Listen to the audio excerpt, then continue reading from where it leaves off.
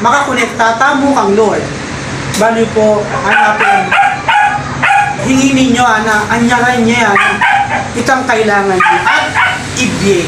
So, rin na sabihin kanina, na ikatamo, di na nakatang Lord ato, na maus kaya, manyad kaya, anyaran tayo tang paman ng tabena, anyaran tayo tang masakit, gawa ng masakit.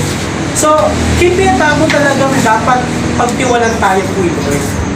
Nya, ikayo, mag-aaral kayo, mabeng-ariya, malaging, baga maulaga, laging magtiwala kang Lord na may Lord. Basta man, siyempre, bisan dahil itang kalungkutan niya po, pero Lord, siyang anak na, di pamilya na, kasi ka na ng Lord, mamagitan ng pamilya. Ikaw yung estudyante, masanting na, itang pangarap yun, anyaran nyo kan Lord, so kanyo pong mayari yung pamagali. Palyo, nung ikatamo, bisa tang mayari, bisa ka pwede mayari tamo. Baga, nga naman yung kasakitan. Palyo, yung kasakitan kasi part na ng training na ng tamo yan eh. Nga nung maging matatag tamo, palyo mo, mayari kayo at mayari kayo yung pamagali. Botang mayari kayo, pupunan niya itang kasakitan na gawa yung sacrifice na mayari kayo. Dating panahon, mag-obra kayo. Dating yung panahon, sumweldo kayo.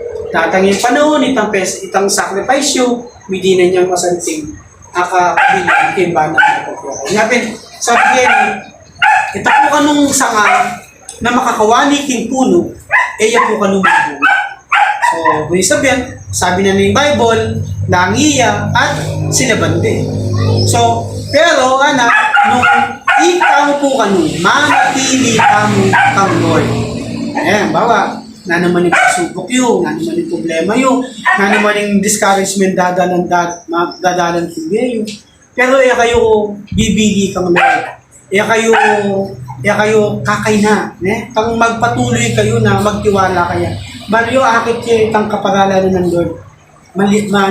Mi aranasan niya kimbanang metong kaya. Nyapin, hanapin yung Bible, adwaman at human, na atsuya kitang kayang gawain, atsuya po ano yung gino, kaya katamong kalagitnaan. So, kung sabihin, kung tapong may nalangin tamo, kung may naustaking gino, value po, Lord, nakiramdam niyo po kimbanang metong kaya.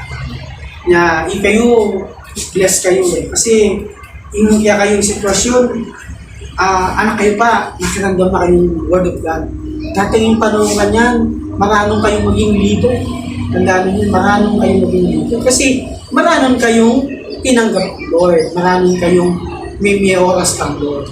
Na hanapin, watang dati yung panahon kanina, ikayo na yung manibala kayo, ikayo na yung maging leader kayo. Kasi ikayo yung prepare ng Lord eh. Baka nito, yung gawain ng Lord, lalo yan pong lumwalas kayo pong barangay sa Lupin. Nasabi na kanini, nung manatili kayo kakuan, anyawaran niya itang kaya kayong pangangailangan, ibigay kaya na ng Word of God. Sabihan, nga naman po yung panalangin tamo yun, nung manatili ka, nung magtiwala ka, nung panghawakan mo yung agyunan ng Lord, itang na namang sitwasyon, atin ka, pandanan ng Lord, gawa yung panghawakan. Amen? Napin ako, masaya ako, itak-ditak, magagamit na kayo. Ano ba na kayo kay Sunday, mag-backup na kayo kasi sa amin, ibalik na sagli, ipaprovide na din. Basta kayo, magpatuloy kayo, mag-input, mag-grow, na mabiyasa kong manalangin, mabiyasa kayo magpadali, mabiyasa kayo mag-pray, mabiyasa kayo mag-share word of God. Ato yung purpose ng Lord, yung lugar na yun. Nakalataw, mabiyasang mangarag yung word of God, nakalataw, tanggapan ni Kristo. Yan yung purpose ng Lord. Nga, ikayo, i-prepare na kong Lord. Sana, itang gawan yung blessing na mabayo yung video. Kasi, balo, siyempre, nung tayo buling bayuan yung Vietnam, hanapin, ala po ka nung maging pamagbayo kimbe, nung ala kang bayuhan kimbe. Tama? So, ito, si Raven, yun pa rin ang suot niya bukas. walang pagbabago.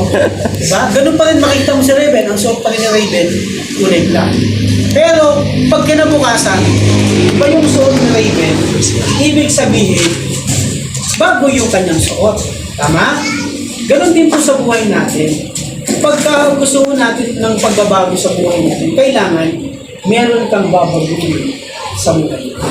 At sa pagbabago ng buhay mo, doon pa lang magkakaroon ng pagbabago kasi meron pagbabago. Kaya nga, alam mo ang Panginoon, hinihintay lang po tayo para gumawa at kumilos siya. Kaya nga sabi doon, sino man ang mananatili sa akin at ang aking salita. Tandaan niyo, dalawang word manatili ka sa Diyos, manatili ang salita ng Diyos sa buhay. Tandaan mo, kailangan mo yan sa buhay mo. Manatili ka sa Diyos kung nagtatapat, kahit magkabigatan, kahit na para bang hindi mo na kaya, sige, kamapit ka lang kay Lord. At sa kanyang salita, lagi niyang yung mga binabasa natin, pinapangaral, pangawakan mo lang yun. Kasi doon mo makikita na yung pananatili mo sa Diyos at ang pananatili mo sa kanyang salita, yun ang daan para maranasan mo ang malakasang pagkilos ng Diyos. Amen? Alam nyo, kahit konti lang tayo, pag nananatili kayo sa Diyos at nananatili ang salita ng Panginoon sa buhay, mararanasan ninyo ang katulungan ng Panginoon. Kasi ang pagtugon ng Diyos, hindi naman sa dami. Kapag ang dinalanta mo, kami nagtungulin ng gani.